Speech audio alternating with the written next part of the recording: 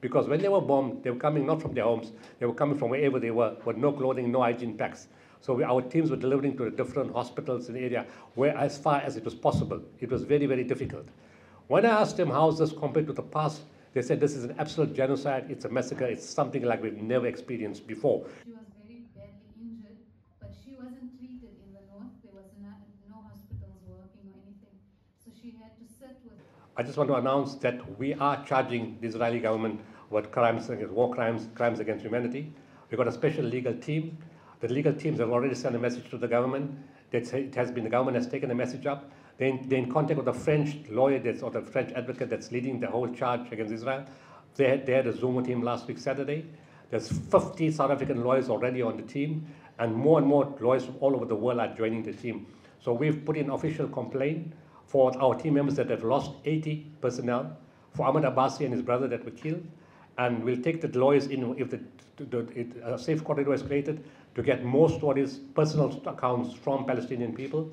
And right now, my teams who are inside will also get records or reports from various Palestinian people. Of course, many families have been wiped out, so there's nobody left to talk to. There's nobody else. There's no future generation. They're all gone. And she couldn't walk a very long distance. And she thought that, no, I'll go on a horse cart and cross. I would start by saying my name is Ayia Jaber. I'm from Palestine. I was born in Gaza. I was raised in Gaza. I witnessed 2 wars in Gaza before I moved to South Africa. And the only reason my parents decided to come to South Africa is because they couldn't get jobs. And obviously they wanted a better life for me and my sister. Then my family would say no, they'll come back, they'll speak to us, they'll say no, we went from one place to the other because we thought... I can't really say anything about what happened on the 7th of October, but I would say that they knew, every single person in Gaza knew that the comeback is going to be 10 times stronger than what they did. And everyone was worried that they're going to die because can you guys just imagine what's happening? So it started, and I'm still here. I'm still feeling, no, everything will be okay. It's just like a normal war, like every other war we experienced. I've witnessed a few while I was in South Africa from afar, and it was always like, okay, it's going to end in a short time and that. Dress and get searched in public was a very big thing for them. And a lot of people were actually scared to cross from the... My sister's house was bombed the 2nd day of the war, and thank God she wasn't there. None of her family was there. They live on the border, somewhere close to the border. So they immediately evacuated. They're always in danger. That area is always in danger. And they didn't get the news of their house getting bombed. If you guys heard, sometimes people get a phone call. Israeli soldiers will tell them, please leave your house. We're bombing it in this amount of time. And they leave.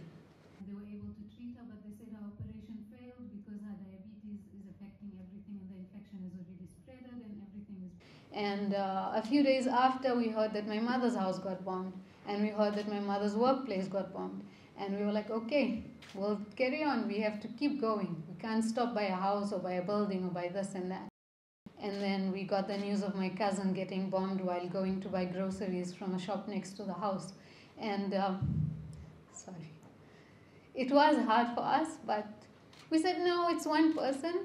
We can give our lives and our souls for Palestine. And just to let you know, they never ever go to Israel if they were not searched properly and they knew everything about them. We were very sad, and it's a whole family, a whole branch of my family got wiped out. And obviously it's not easy, but I had to be strong for my family that side. I phoned them and they were strong for me, and I lost it that day, but we give strength to each other like that. So a few days after, we heard the news of other family members, my mother's relatives from here and there, my father's first cousin and his entire family, 20 of them, got bombed, all of them dead. So their houses are gone, they're gone. And then my family had to split again, and they had to move from the north to the south now. Not everyone left, some of them stayed behind because, as Doctor mentioned, some of them say that we would rather die in our homes with our dignity than leave our houses and be on the street or be in a school or a hospital. At the end of the day, it's winter, and we don't have anything to help us with this winter. We don't have our blankets, we don't have our beds, we don't have any clothes.